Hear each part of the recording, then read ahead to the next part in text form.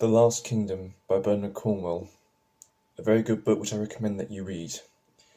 Now, The Last Kingdom is an historical fiction that takes place when the Danes have settled and the conflict between Vikings and Saxons is at its highest.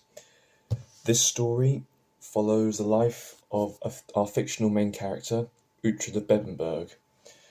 Now, for some history, the Danes have conquered 3 of the 4 English kingdoms.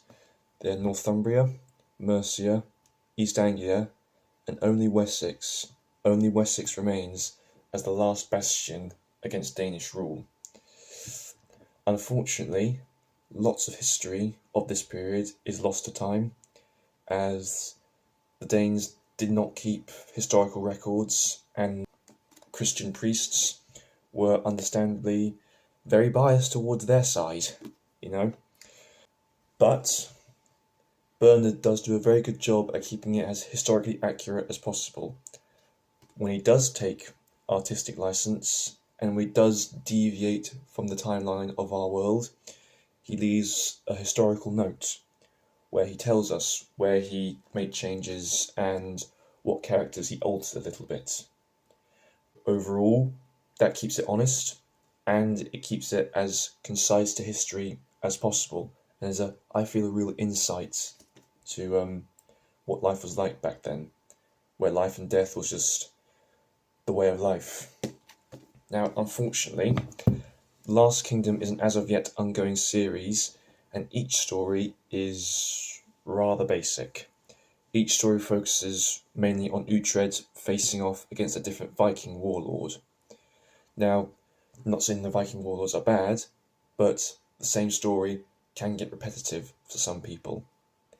However, also, forgot to mention, the writing style is also very basic, but it has a simple writing style, which means it can be understood by all, quite literally.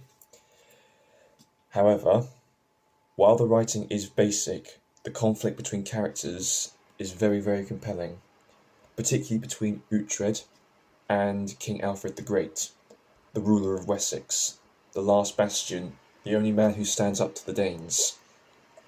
Seeing their conflicting ideals and way of life makes up for this simple plot, as they constantly bicker and argue about which way is best and how things should be done, and how they treat each other as well. The highlight for me, as well, conflict between religions, particularly the pagan religions of Thor, Odin, Frigg, those gods, and the Christian gods of Jesus, the Holy Spirit, and God himself. And seeing these two perspectives, these clashing ideologies that people just don't understand each other, but they still try to understand each other, and what their religion means, makes the story very, very intriguing between a Saxon priest and a Danish Viking, as one way does not negate the other, and neither side really is wrong in their beliefs.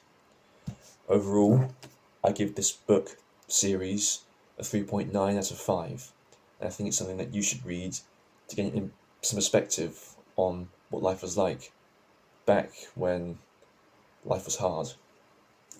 Thank you for watching. Please do leave a like and subscribe, and leave a comment on what things you think could be improved. Thank you.